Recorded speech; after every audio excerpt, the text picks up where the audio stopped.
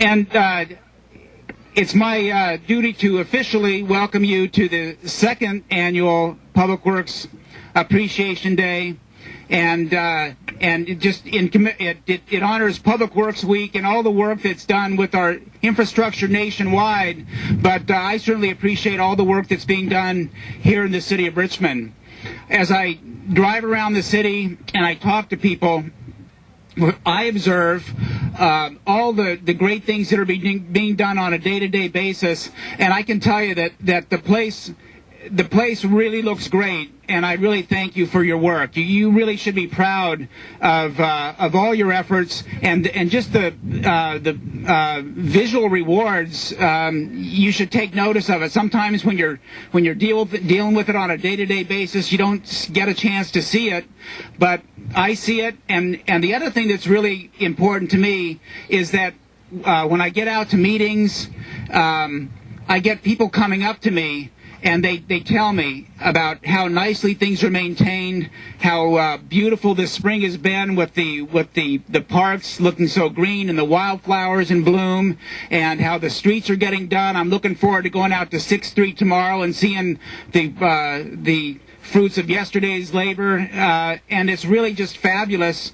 the comments that I'm getting. You may not always hear them, but I hear them on a daily basis about what great work you're doing, and I just want you to give yourselves a hand for that.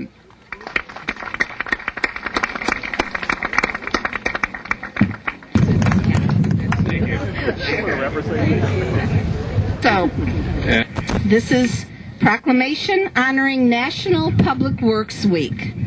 Whereas public works services provided in our community are an integral part of our citizens' everyday lives.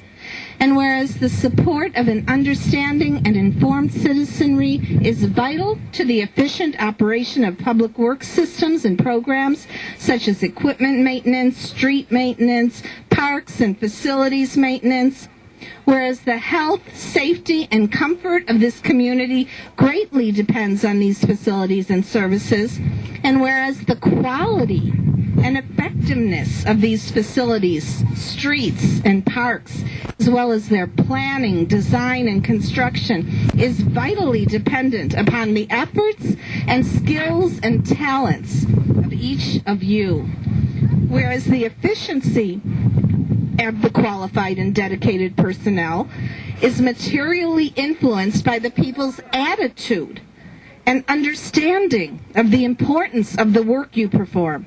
Now, therefore, I, Gail McLaughlin, Mayor of the City of Richmond, do hereby proclaim the week of May 16th through 22nd as National Public Works Week in the City of Richmond, and I call upon all our citizens and civic organizations to acquaint themselves with the issues involved in providing our public works and to recognize the contribution which public works officials make every day to our health, safety, and quality of life.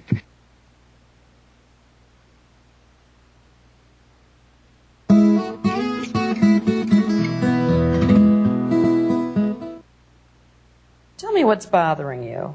As a hot dog, I know I'm responsible for some bad things. Now they say my cholesterol is a risk factor for stroke. And how does that make you feel? Like a big weenie. High cholesterol is an important risk factor for strokes. Eating right and exercising can help. But National Stroke Association wants you to know that even the healthiest people are at risk. So ask your doctor about medicines that can lower cholesterol, like statins. It's even more important if you've already had a stroke. Visit stroke.org today.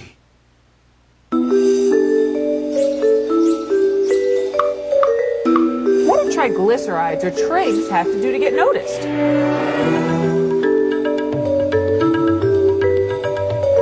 Heart disease and stroke? Really? We should pay her more attention. Normal triglycerides are below 150. High triglycerides increase your risk of heart disease. And if you're a woman, that risk goes up even more. After standing in the shadows of good and bad cholesterol, triglyceride, also known as the forgotten fat, is ready to share the spotlight and the attention.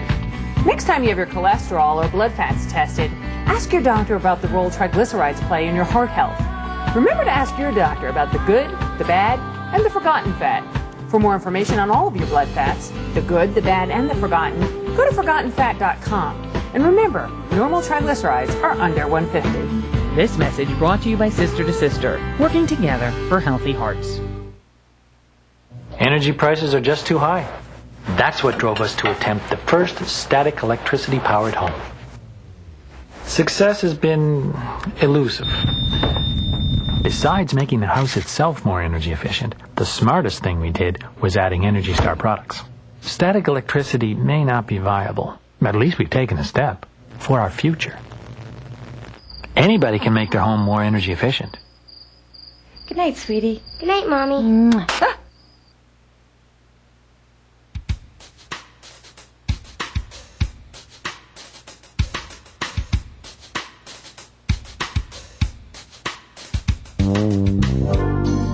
Well, back in 1961, the then mayor of Richmond, I believe it was Livingston, and the then mayor of Shimada, and I believe his name was Mr. Mori, the two of them ended up on the same plane and ended up in the same row, sitting next to each other. And they started talking about their respective cities. And little by little, over the space of, I think, maybe 11 hours to get to Japan, the matter was settled. Let's have a sister city relationship and let's make it happen. And so this is our 50th year now. So that's how it happened. The Friendship Ambassador starts it off. It's an ambassador of friendship, coming from one city to another city, one country to another country. But when I was over there in Japan, I heard one of the founders of the program say something that had me see the program in a whole new light. And not a whole new light, but a greater depth to it, and really helped me understand what it's really about. And it's Mr. Mori.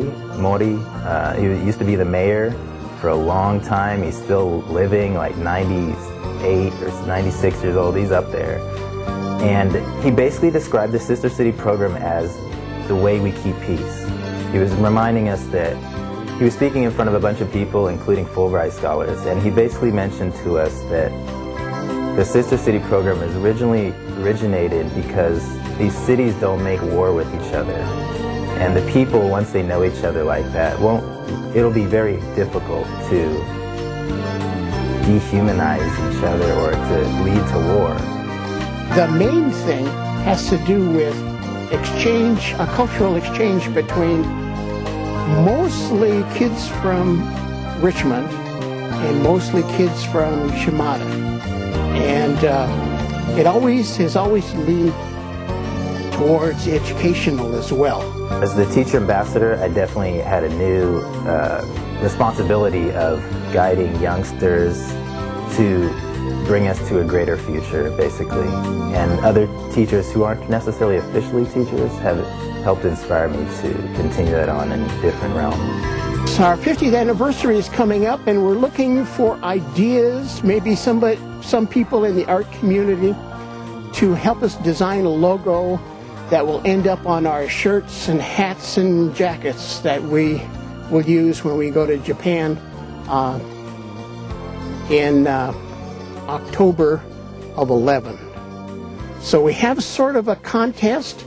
The winnings will be the reward will be the prestige. We can't afford much else.